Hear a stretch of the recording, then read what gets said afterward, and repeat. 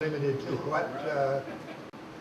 what they have in stock, how long it takes to come, and if they come in the right color, and if you can afford it. And assuming the decision is yours to make, you have to start with what you want it to look like.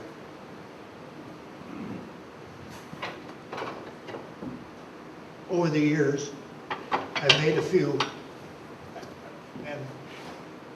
tables, so you can decide how you want the legs to look. If you want a tapered foot or a bent foot. If you have a short table or a long one. And you'll notice my templates are just whatever I happen to have. But you have to make it in the front view as you look at the table, the front view. Then you have to decide how you're going to fasten the leg to the table.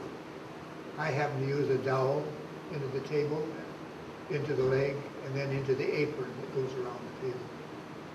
I also use a gusset between the two legs, and I also use a little metal clip where you saw a little kerf and then screw it into the tabletop.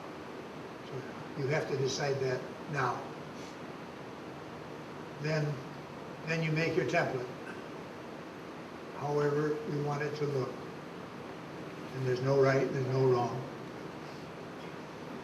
And then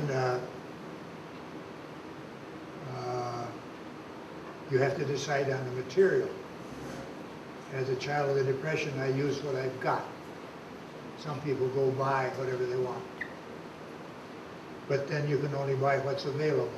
But I'm lucky I have a son-in-law who has a sawmill. He keeps a pretty good supply of 4-inch stock. So, assuming you've made up your mind, you have to make, one of the decisions you make is how long your template is going to be. So, having made that decision and you made your template, you have to start out with stock. Unless you fasten the leg to the table without an apron, your stock must be square.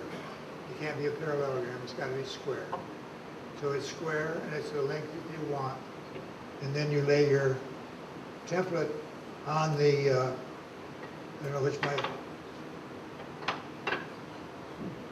So we'll go back to one of these.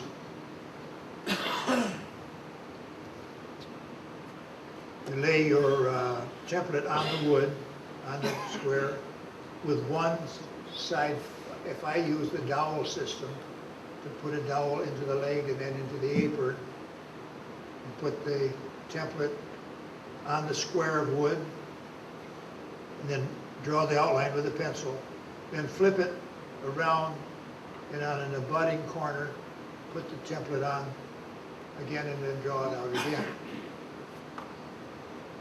Then having done that, now is the time, if you're going to use a dowel to fasten the leg to the apron, now is the time you have to drill your dowel hole while your stock is still square. So I just use my 1, 2, 3 block and mark. I usually use an inch one way than the other, so they're all the same. And then I drill the hole on the drill press with a brad point drill so it comes reasonably close to the center. So those holes are done. Then after that is done, then you lay your stock down, and on the waist portion of the block, on the waist portion, I drill 4 dowel holes, 2 on each side, 1 on the inside of the leg, or 2 on the inside of the leg, 2 on the outside of the leg. Drill them all the way through. I use a 1/4-inch drill. You have to use whatever you want. I use that to hold the pieces together. Then I lay on the bandsaw, lay your stock down with the holes out of sight, so the dowel holes are parallel to the plate of the bandsaw. then I saw them out. On this type of leg, I usually get the little dash first, then back out. And then I saw the piece all the way through on both sides. I usually saw on the outside the line. Then after that's done, all of them, then you take the three pieces that you've got loose and you dowel them all together so that the pieces stay together. I think I've got one here that is doweled together. Here's one. No, it's not. But here's one that's all doweled together. Then, after it's doweled together, you rotate it, this time with the dowel holds up and saw the other two sides. So now your piece is complete, and so when you take it apart, you've got a leg. Then I take it to my oscillating drum sander, and I sand it off as best I can. Now's the time, if you want to, you can put a constant radius on any of the corners, or you can put a diminishing radius on the corners if you're real good. It's a matter of choice. I've got to the point where I say they look good enough just the way they are. It's a tremendous amount of, my hands don't work the way they used to, and they hurt worse than they used to. What would you do with the radius?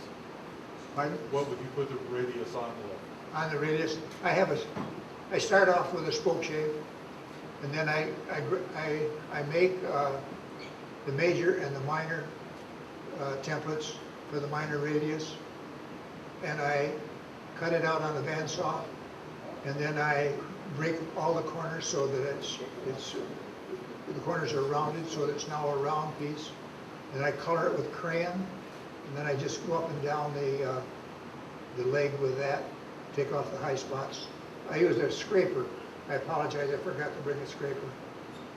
It's an old broken bandsaw, or a disc saw, and it's tempered all the way through, so you can hollow grind it, and it's like scraping with your ice skates. You can really shave with it. And then if you have the diminishing radius, then it's just a matter of sanding or drawing it down, and its beauty lieth in the eye of the beholder. It's pretty when you say it's pretty. The idea of sawing the parts in one view and then doweling them back together and then rotating at 90 degrees, sawing them off the other way, was a thing that we learned in automotive pattern making, because that's what you have to do to get them on the fender, perhaps. So, anything you want, I have built a table with this, and then I had this diminishing radius at this side, and then a smaller radius here, so it's a tapering cone. It's attractive. And I made one like this with a diminishing radius. These diminishing radiuses here are easy to get away with as long as you don't try to gouge them out, as long as you just shave them out and scrape them out.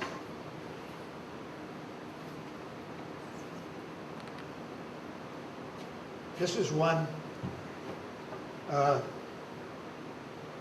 one of my wife's end table jobs. I only brought the one tonight because they're so heavy. And somebody asked what ash is good for, and this is ash. In fact, I guess tonight almost all, no, here's a cherry one. But it happens to be one of my more plentiful pieces of work. Questions?